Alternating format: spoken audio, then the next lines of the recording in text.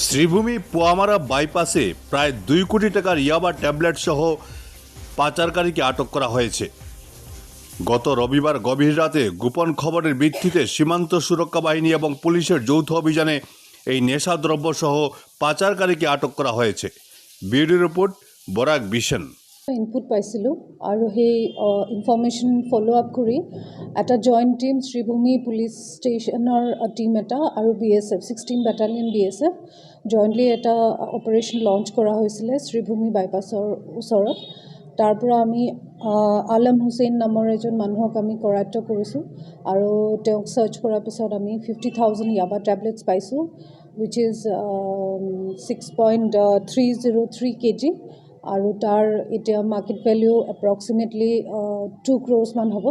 সেইখিনি ৰিকভাৰ কৰা হ'ল, চিজ কৰা হ'ল আৰু এতিয়া আমাৰ ইনভেষ্টিগেশ্যন চলি আছে। ক'ৰ পৰা আনিছিলে, কেনেকৈ আনিছিলে, সেই গোটেইখিনি কেছ লোৱা হৈছে।